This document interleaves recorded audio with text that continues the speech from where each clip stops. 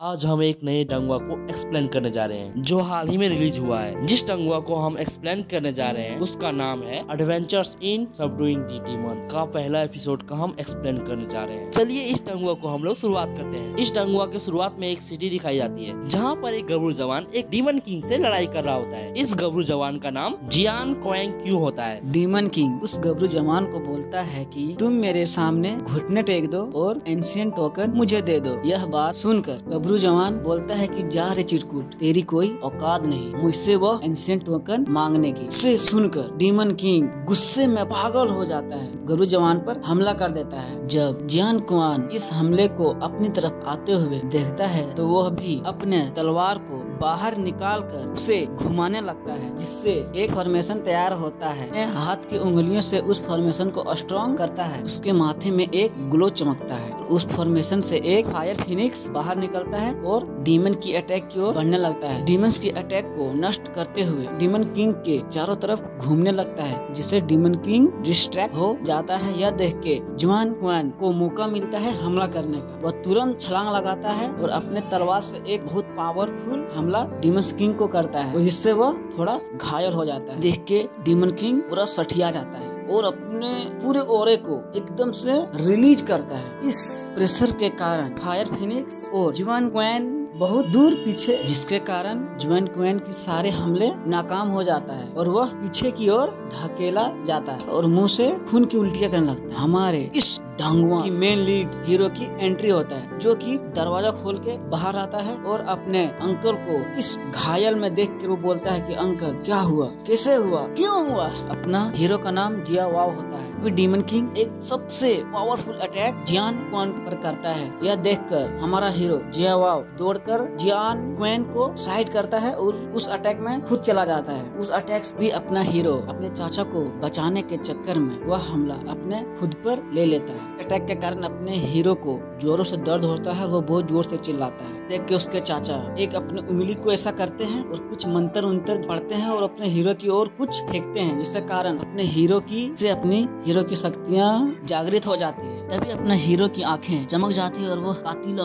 हंसी के साथ स्वॉर्ड को अपने पास बुलाती है और उससे एक अटैक कर देता है, जिससे डीमन का अटैक नष्ट हो जाता है और जाकर सीधे डीमन को लगता है। और डीमन बोलता है कि तुम्हारी हिम्मत कैसे हुई, और वह अपना सबसे पावरफुल अटैक करने लगता है। अपना हीरो भी तैयार हो जाता है। तभी उसके पीठ के पीछे सुनहरे पंख आ जाते हैं और वो आसमान में जाकर दोनों हाथों से स्वॉर्ड को पकड़कर अपनी सारी शक्तियाँ स्वॉर्ड में डालकर वह भी काउंटर अटैक कर देता है। दोनों का अटैक आपस में टकराता है तो डीमन किंग का अटैक खत्म हो जाता है और हीरो का अटैक डीमन को लगता है और वह नष्ट हो जाता है। इससे अपना डीमन किंग घायल हो जाता है। जियान क्वान भी अपने हीरो की ऐसी ताकत को देखकर वो भी हैरान हो जाता है। भी अपना हीरो अपनी सारी एनर्जी यूज कर लेने के कारण एग्जॉस्ट हो जाता है और वह नीचे गिरने लगता है। तभी जियान क्वान आकर उसे पकड़ता है और उसे एक बिल्डिंग के ऊपर ले आता है। तभी डीमन किंग की भाई की एंट्री होती है, जो कि डीमन किंग से भी ज्यादा पावरफुल होता है और उसके आते ही आसपास के वातावरण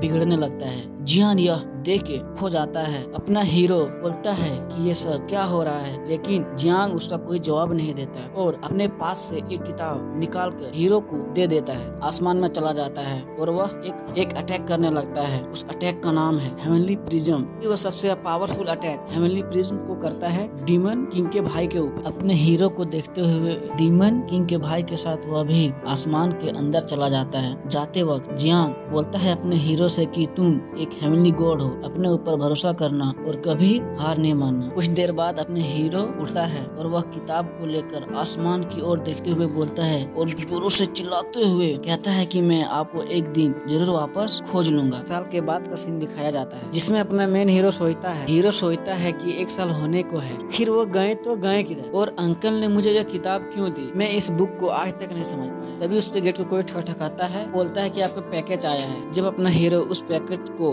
खोलता है तो उस पैकेज में एक चिट्ठी निकलता है, जिसमें लिखा होता है कि तुम अपने पापा को खोजना चाहते हो तो इस चाबी का यूज करो। फिर वो नीचे देखता है, एक पेड़ की छाल की जैसी एक चाबी है, जिसमें सूरज की जैसी आकृति दिखाई देती है। वो सोचने लगता है कि यह क्या है। तभी वह अंकल के बुक में इस चाबी के बारे में देखने लगता है। तभी उस बुक की लिखावट ग्लो करने लगती है और हीरो के शरीर के चारों ओर घूमने लगती है। तभी उसकी चाबी गायब हो जाती है। और वह एक सिंबल के रूप में अपने हीरो के माथे में पक जाती है। तभी उस बुक की लिखावट हीरो को उस किताब की ओर खींचने लगती है। आखिरकार वह लिखावट हीरो को खींच ही लेता है और वह किताब के अंदर चला जाता है। इंट्रोड्यूस कराया जाता है एक नई दुनिया के बारे में, द वेस्टर्न वाइल्डरनेस के बारे में। इस दुनिया का नाम होता है जहाँ पर एक पंछी उड़ते हुए दिखाई देता है और बहुत सारे खतरनाक मॉन्स्टर को दिखाया जाता है। भी एक कबीला दिखाया जाता है जो कि प्रार्थना कर रहा होता है। हमें पहली बार इस डांगुआ में एक हॉटेस्ट लड़की को इंट्रोड्यूस कराया जाता है। इस लड़की का नाम यूविंग होता है जो कि कबीले की राजकुमारी होती है और वो चलते जा रहा होता है। भी हमारी हॉटेस्ट राजकुमारी पहाड़ी की चोटी में आकर रुक जाती है। तभी आसमान से एक आग का गोला उसके कबीले की ओर आगे बढ़ रहा होता है। यह देख के कबीले वाले डर जाते हैं। तभी एक कबीले की लड़की बोलती है कि यह एक आग का गोला हमारी ओर आ रहा है, वो यहाँ से। कबीले के सभी लोगों को भागते देखकर कबीले का मुखिया गुस्सा हो जाता है और वह बोलता है कि सभी लोग वापस आ जाओ, हमारे ईश्वर गुस्सा हो जाएंगे। तभी यूइंग अपनी शक्तियों से आग के गोले के अंदर झांकती है, जिससे उसे पता चलता है कि उस आग के गोले के अंदर एक लड़का है। अगर ये वीडियो आपको जरा सा भी अच्छी लगी हो तो इस वीडियो को लाइक करें और चैनल को सब्सक्राइब करें और अगले पार्ट के लिए कमेंट करें।